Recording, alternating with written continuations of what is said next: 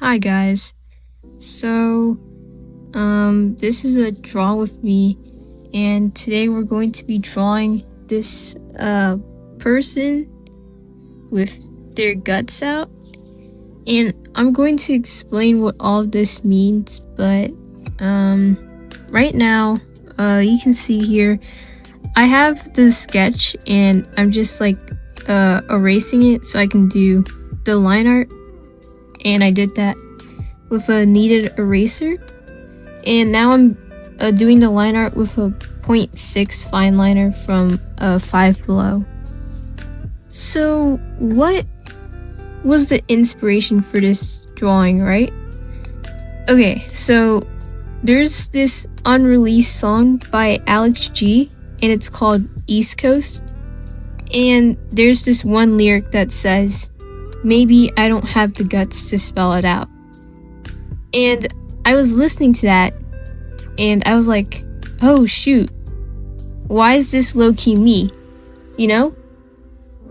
And I was like, okay, well, I have to make a drawing out of this, because an idea popped into my head, and I was like, okay, yeah, this is good. And I had a vision, guys. I had a vision.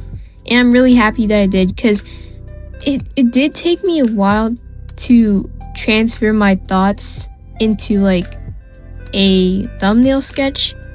But then it finally like came, like it took me a while yesterday to like conceptualize it or whatever. But I came up with the sketch, and I had to like take a picture of myself posing. And it just like everything like came together, and then I made this sketch, and I was like, okay, good, let's go. It looks great. It looks like how I want it to look. And yeah, I'm happy with the way it came out, but the right eye looks kind of weird to me. Or technically it's the left eye, but from what you're seeing, it's the right eye.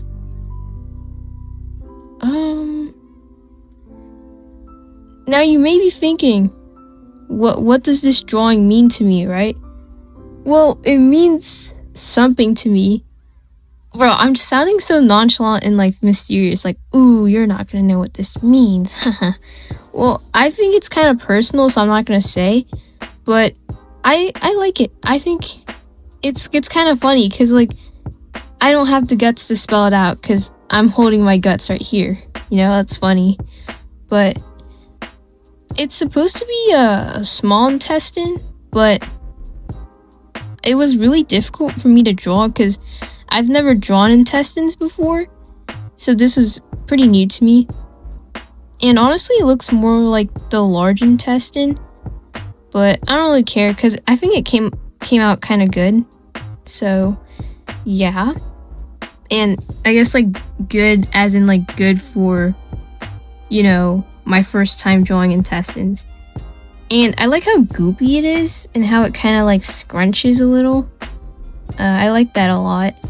I was a little inspired by Prykatchins, because he drew like a lot of intestines in his sketchbook tours, or his sketchbook. So yeah, I just really like his art. And I've been wanting to draw something more out of my comfort zone, like something more creepy, not creepy, but less cutesy, because I feel like my art is pretty cutesy, and there's nothing wrong with that, but you know, I just want to try new things. And as I said, I was inspired by Prykatchins, because he has like cool goopy art, and I want to make goopy art too. I did the hair with Crayola color pencils. I usually just use that, you know, and I did use some alcohol marker, as you'll see later, but not too much alcohol marker, mainly just colored pencil. Okay, I have a list of things that I want to talk about, so you can watch the video, right? Like, I don't have to describe it, because you can see, but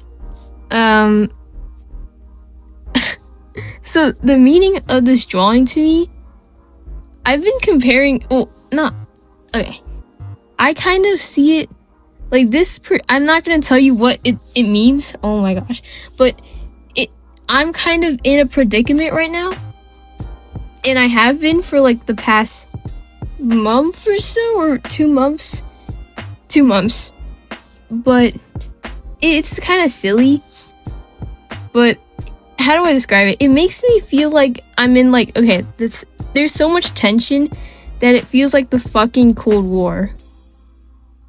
Like, it doesn't matter what side I'm on. There's just so much tension. Like, internally, I have a lot of tension.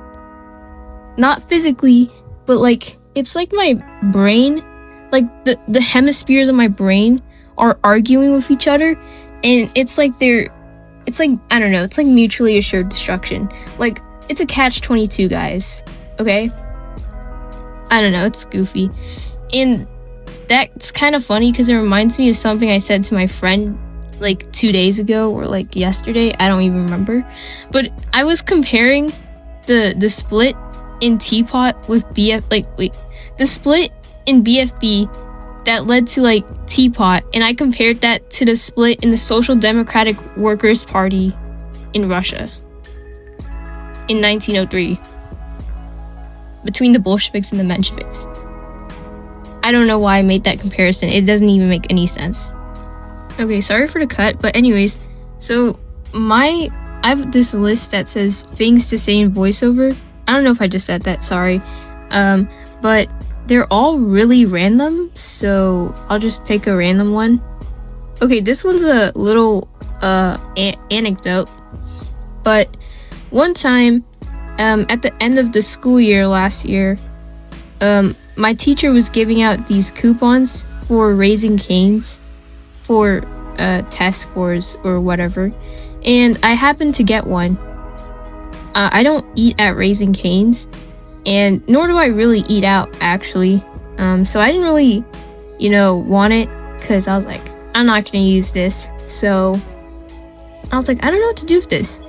I don't know why I didn't think of just giving it to my friend, which I ended up doing, and I'm happy I did that. But anyways, so I was talking to a peer of mine, and I was telling him how I wanted to study the Vietnam War and the Cuban Revolution over the summer.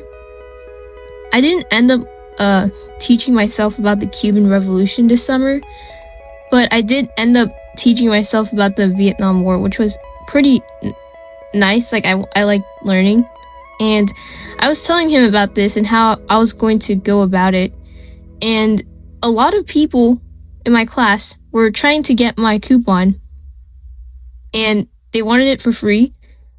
I did try to sell it. I don't know why I did. That doesn't make any sense. But there was this one girl, and she asked me, or told me, while I was talking to my peer about how I wanted to learn about the Cuban Revolution, she was like, Milo, did you know that you're cute? And I was like, I just kind of ignored her because I was too focused on talking about the Cuban Revolution.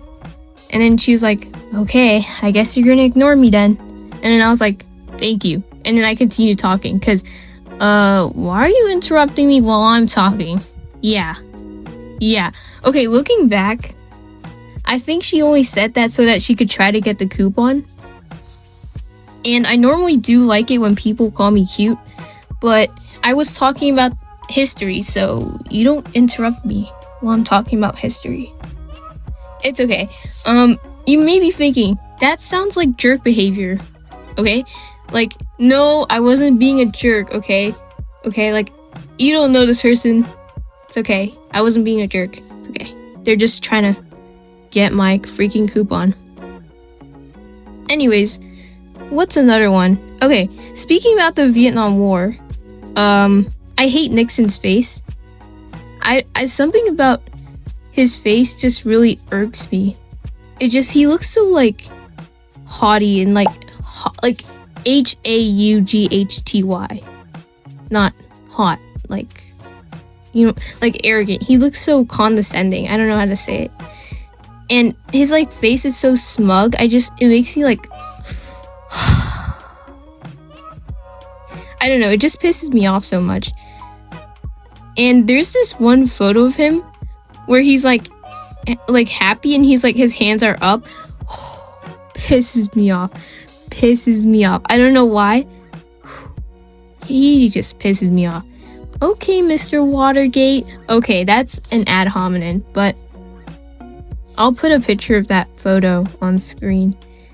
But he pisses me off. Guys, let's do a vote. So if you're hearing this, comment down below who's uglier, Leon Trotsky or Richard Nixon. That's what I want to know. That's what I want to know. Okay. Enough of that. Yesterday, while I was sketching or doing the line art for this drawing, I was watching, or not. Actually, no, before I did the line art, I was watching this video of Lady Gaga performing Paparazzi in a concert. Whew. Guys. I think it was in 2009, and it was like the one of her like bleeding at the end, and I was like, guys, that was my first time listening to Paparazzi, and like, it's so good. Like, genuinely, if you haven't listened to it, you should go listen to it with that specific performance, because it was just so like iconic, like theatrical. It was just beautiful. Like the whole it was just gorgeous. She looked gorgeous. The background dancers. Wait, what's it called? Is that called ensemble? Yeah, they were doing so good too. Like everything was like just perfect. So good. Like I was like clenching at my chest and squealing in joy. It was so good. I just felt so much. Okay. I have more things on my list to say. Scipio. Let's talk about Scipio. I was watching a video with my brother while eating lunch, and we were watching oversimplified his video on the Third Punic War, and I haven't actually watched the other videos before that, but anyways, I'll get to that one day. But we were watching it, and he's like talking about Scipio and Hannibal, right? And I'm thinking, dude, like, I don't know how to say it, like, but my heart, it was just like, I was like, wow, Scipio, you get him. Like, wow, like, you're so freaking smart, Scipio. Like, wow, he was just astonishing. And this is often how I feel about history sometimes. Like, I like I don't know, I learn about these different people and they do such like impressive things that it just makes me feel inspired to do something too. Well, obviously I'm not gonna like lead like 50,000 men into battle. Like, no, I don't mean like that. I mean like, it just makes me feel so motivated, you know? Like, it makes me go like, huh, I'm gonna be good too. I'm gonna be smart too. I'm gonna be smart. I don't know. It's just incredible. Like, I don't know. I don't know how to describe it. But I also felt a little bad for Hannibal, but I don't know. That's just how the cookie crumbles, bro. I kind of felt like that. Oh, it sounds bad. I kind of felt like that while learning about Napoleon too. I was like, whoa, bro. Low-key a go-getter. Like, clock it, queen. I don't know. Obviously, I don't support Napoleon or any of these people, but it's just, you know, it makes me want to be ambitious too or something. I don't know. Similar to like Leon Trotsky, like he had like a crazy work ethic. I know he like worked on manifestos in prison. I'm like, you get it, girl. Clock it. But anyways, as you can see here, guys, I'm working on the intestines with colored pencil. And I like colored pencil, but it's just so annoying to work with because it hurts my hands and it takes a long time to fill in a space, but it ends up looking nice. But I mean, I don't like, I wanted to use marker, like a water-based marker, but I didn't have the colors that I wanted, so I was like, okay, whatever, fine. I'll do it with colored pencil. Yeah, it looks good though. Whatever. What else is there to talk about? Sometimes I thought this is kind of obvious. I think it is, but sometimes it's hard to listen to certain music because you associate it with a certain like time period of your life. Like, it's really hard for me to listen to Weezer sometimes, which sounds goofy, but now, well, actually, yeah. Sometimes it's hard for me to listen to Weezer because I listened to a lot of Weezer when I was depressed, which sounds goofy, but that's the truth. But yeah. And another song, like a couple songs I can't listen to because I associate it with testing month.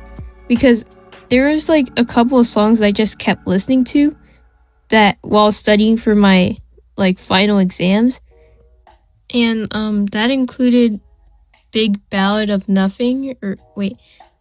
Big Nothing by Elliott Smith, Good Looking Boy by Suki Waterhouse, and Wuthering Heights by Kate Bush, which is a pretty random selection of songs, but yeah. Honestly, this drawing took me like eons to draw, and today, like, the first thing I did when I woke up, essentially the first thing I did when I woke up was draw, and I just like drew for like hours and hours straight, kind of, yeah. And I was just like watching a bunch of Friends again, like, and it made me feel so like miserable because I was like, wow, these people are having fun.